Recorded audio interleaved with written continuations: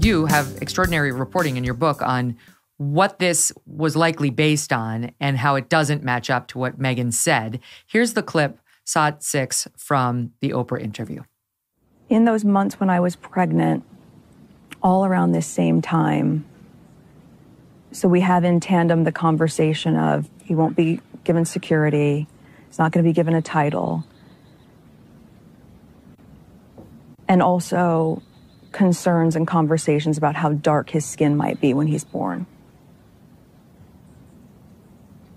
What?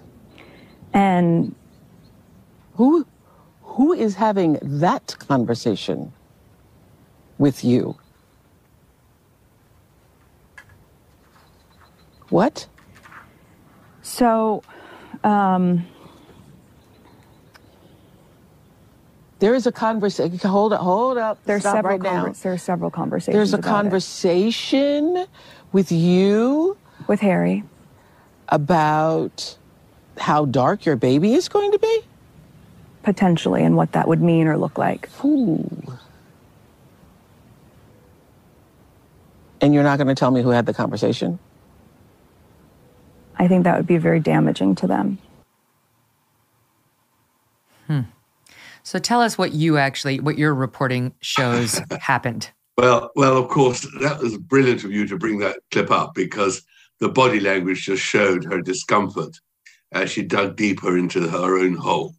I mean, the truth is this, that there are two truths. The first truth is that the conversation, I'm told and I believe, was very early on in their relationship when Harry is bowled over by Meghan, is desperately in love, and already is talking about marriage. But long before their engagement is even announced, let alone they're married and she's pregnant. And he's sitting in Clarence's house with then Prince Charles and Camilla.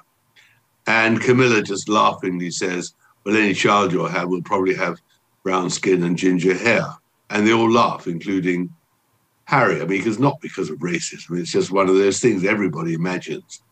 When somebody is pregnant close to you, you wonder what the child will look like. But it was not said as anything other than a concern. That's what Megyn claimed, that it was a concern about how dark the baby would be. No, he wasn't concerned about that. And no one cared about the colour of the skin. It was just a joke. It was just a passing comment, which Harry probably told Megyn much later. But Megyn, you see, gets her story wrong deliberately, because she suggests it's when she's already pregnant with Archie, and Oprah fails to pick her up when Harry then turns up on the set and contradicts Meghan's whole timeline. And that's very, very important. And secondly, I don't believe, and no one has believed, that there was any conversations about the colour of Archie's skin or taking away privileges because of his colour, potential colour. In any case, he's completely white. But I mean, it just didn't occur. But she used Harry's reporting of this one comment in the kitchen, which was totally harmless in my view, but conjured it up, built it up into something horrendous. And that was part of her rehearsed speech to Oprah. I mean, nothing that came out of Meghan's mouth in that interview had not been rehearsed, all very carefully planned. And that was one of the headlines that she wanted. She sought to damage Camilla and to his disgrace and disloyalty, while telling the truth, Harry, about the timeline, did not say that it wasn't intended as racism. But there we are. That's how it occurred. One of our sponsors today is Donors Trust, the principled, tax-friendly way to simplify your charitable giving. Cancel culture does not just affect comedians and commentators anymore. It also affects everyday hardworking Americans. How so? It derails their charitable giving. Take Jeannie's story, for example. Jeannie did her charitable giving through one of the big national donor-advised fund providers. That is, until, without a clear reason, it refused to send her charitable dollars to a conservative nonprofit. She shares her story this way. I'm a conservative. I believe America is great despite her imperfections, and that capitalism brings great good to society rather than government. Earlier this year, I requested another gift from my donor-advised fund, and it was rejected. Jeannie wanted a donor-advised fund that shares her conservative principles.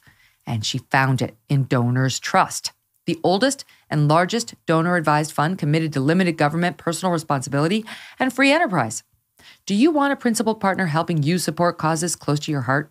If so, consider opening a donor-advised fund with Donors Trust.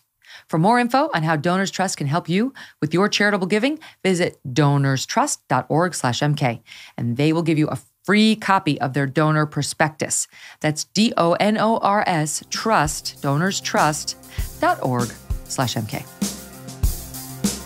Hey, thanks so much for watching. If you like what you just saw, hit the subscribe button for more clips and full episodes.